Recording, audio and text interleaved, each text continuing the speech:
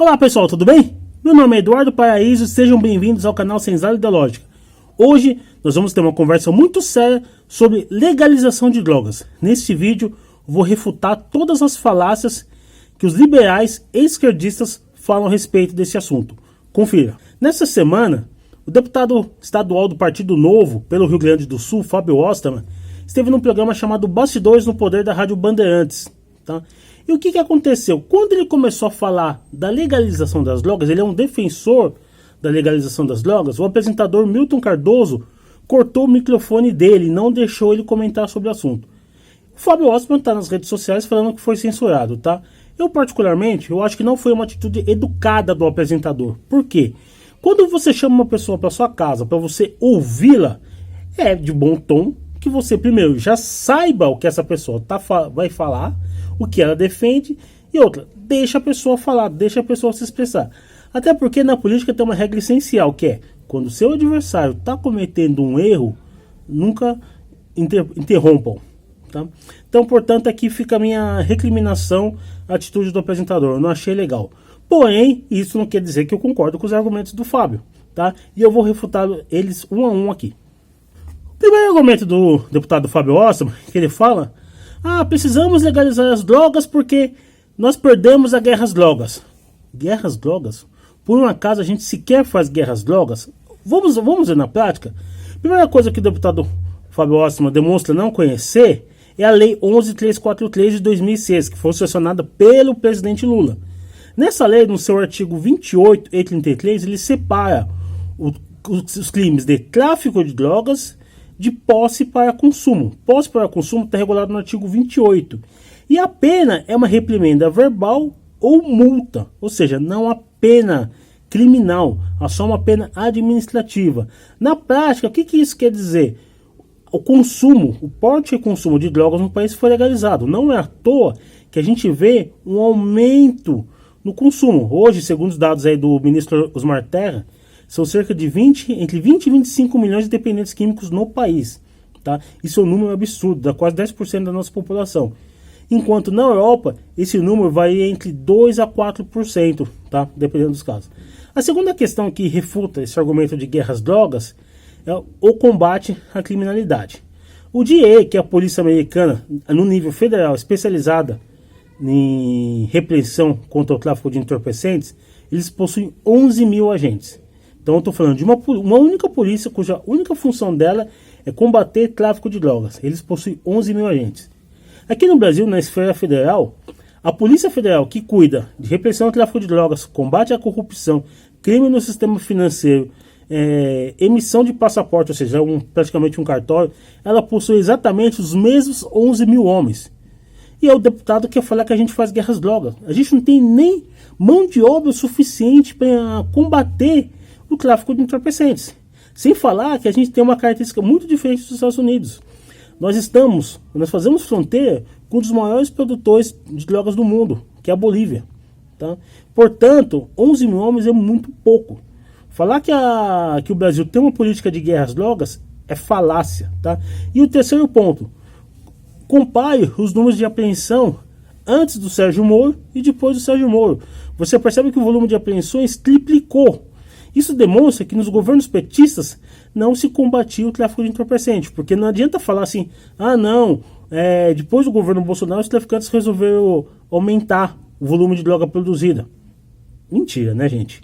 O que estava acontecendo é uma conivência ou um diálogo cabuloso com o crime organizado.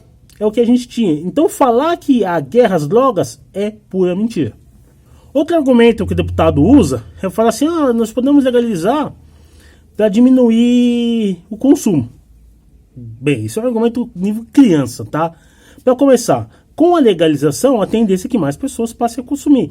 Até porque vai ser permitido fazer propaganda de drogas, vai ser permitido vender o produto em pontos específicos, e a gente vai tirar aquela questão moral de que, olha, droga faz mal, isso é proibido.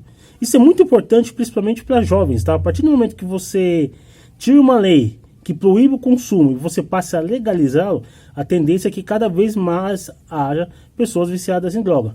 Ele usa muito exemplo da Holanda e do Uruguai que fizeram a legalização. Entretanto, já há movimentos, tanto no Uruguai, que teve aumento da criminalidade, quanto na Holanda, que também sofre aumento da criminalidade, para começar a restringir o consumo de drogas. Na dúvida, vamos ver na prática, olha a Cracolândia no centro de São Paulo. Ela é uma zona livre de comércio e consumo de drogas. O que acontece lá? É uma região degradada, com diversos assaltantes, diversos noias, onde a população não passa, nem sequer a polícia entra lá dentro. Toda vez que a polícia tem que fazer uma operação lá dentro, ela precisa de uma tropa de choque para retirar os usuários de droga. Acho que o deputado ele não pensa nas consequências das suas ideias. Nós vamos transformar o país numa Cracolândia inteira? Outro ponto que o deputado também ignora são as circunstâncias locais. Tá? Eu costumo dizer que isso é um exemplo de senzala ideológica.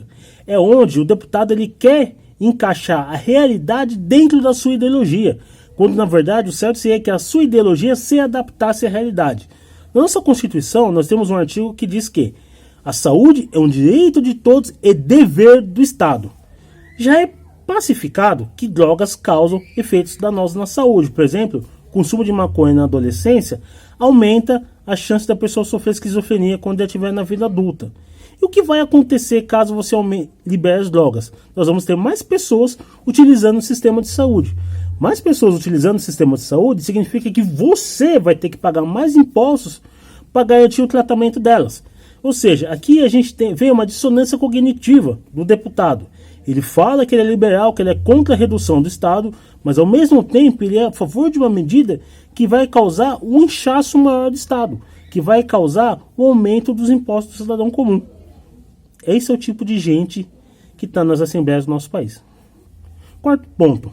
O deputado ele fala que ao legalizar as drogas nós vamos reduzir a criminalidade. Falácia. O traficante ele não vai acordar de manhã e falar, olha, agora meu produto é legal, eu vou abrir minha empresa, vou cumprir a regulação. Errado. Isso acontece na questão também do posse e porte de armas. O criminoso ele não respeita a lei. O criminoso, ele em nenhum momento ele vai seguir as regras que a sociedade determinar para ele. Ele anda à margem da sociedade. Por isso que a gente usa o termo marginal. Então, ele vai continuar vendendo a sua droga de maneira ilícita e sem qualquer regulamentação. E ela vai ser mais barata do que a droga oficial, a legalizada. Até porque nós temos o Estado. Existe. Então nós vamos ter que pagar IPI, ICMS, PIS, COFINS, registrar funcionário. A gente vai ver casos do tipo, gente colocando a boca no pau. Brincadeira, pessoal. E, portanto, esta questão é o seguinte. Não vai reduzir a criminalidade. Pelo contrário, como está acontecendo no lugar, ela tende a aumentar.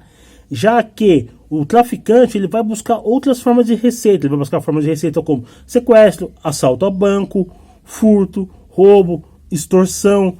É o que nós vemos, inclusive, no Rio de Janeiro, quando a milícia, para concorrer com o tráfico de drogas, ela começa a praticar a extorsão. Ela domina uma determinada região, ela começa a atuar como a máfia italiana, onde todos os serviços naquela região são providos pela milícia. Então você tem um gatonete, a entrega do botijão de gás, sistema de luz, sistema de água, todos controlados pela milícia. A consequência de uma legalização das drogas é você fomentar ainda mais o surgimento desse tipo de milícia país afora. Outro argumento que o deputado utiliza é assim, podemos legalizar gradualmente, podemos fazer a legalização primeiro da maconha. Só que o deputado se esquece que no nosso ordenamento jurídico nós temos o abolitio criminis. O que seria o abolitio criminis? Ele diz que uma lei mais benéfica ela é retroage. Portanto, a partir do momento que você tornar aporte, posse e venda de maconha legalizada, todos os traficantes que foram presos por causa da venda desse entorpecente, eles terão suas penas extintas, ou seja, estarão liberados. Você está aí lutando para aumentar as penas contra criminosos, você está aí lutando para que a gente endureça a repressão ao crime, enquanto isso a gente tem um deputado que se diz liberal, o que ele está fazendo? Querendo aprovar leis que soltem mais bandidos da cadeia. Você concorda com isso? O grande problema dos liberais brasileiros é que eles acham que a liberdade ela surge do nada. Na cabeça deles eles pensam o seguinte, eu sou livre para fazer o que eu quiser, então portanto eu posso fazer aquilo que me é permitido. Não, porque a partir do momento que você faz o que você quiser, você acaba impactando na liberdade de outra pessoa. A vida em sociedade, ela prevê restrições. Por exemplo, O direito à propriedade, ele é uma restrição, ele é restrição a terceiros, é o Estado, que ele não pode invadir a sua propriedade, tá? O uso de entorpecente, ele também tem que ser uma restrição. Por quê? Porque a pessoa, ela utiliza um produto que altera o seu estado de consciência, ela coloca a vida dela e a vida de outros em risco, e acaba sobrecarregando o sistema de saúde, o sistema de resgate, e causando ordem no tecido, desordem, né? No caso, no tecido social. Um exemplo é no Texas. Lá você tem uma lei que é a lei de intoxicação. Uma pessoa que é pega embriagada na rua e ela está colocando a vida dela em risco ou a vida de terceiros, ela paga uma multa de $500. E ela automaticamente ela vai para a cadeia, né, para a delegacia. Ela só sai de lá depois que ela paga essa multa. E por que isso acontece? Para justamente não sobrecarregar o sistema de resgate e o sistema de saúde, seja privado ou nos Estados Unidos o público é um pouco mais restrito, tá? Isto é necessário para o convívio em sociedade. Caso contrário, nós temos um exemplo aqui no centro de São Paulo. Nós temos a Cracolândia, que é o verdadeiro anarquismo. Todo mundo lá é livre para fazer o que quiser.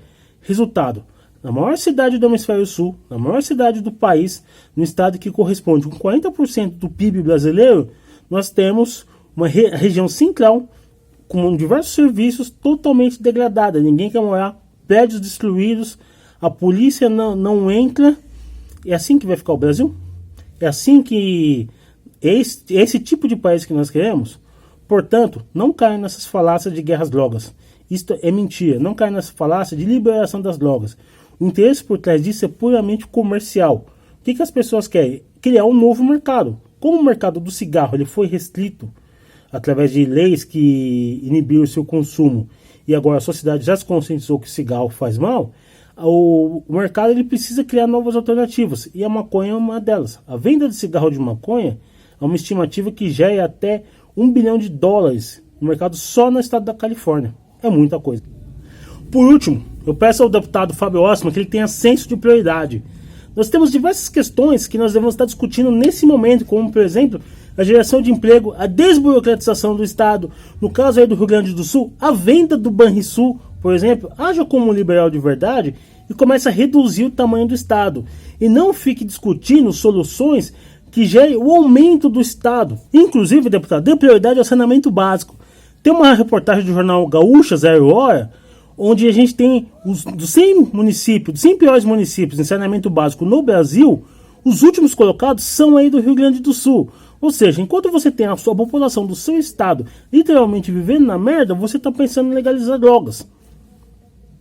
É surreal isto, tá? Cidadão, comece a abrir o olho. Porque se você for liderado por esse tipo de pessoa, você literalmente vai acabar na merda. Gostou desse vídeo? Inscreva-se no canal, siga-me nas redes sociais. Diariamente teremos vídeos aqui analisando a questão política nacional. Até amanhã, pessoal. Um abraço.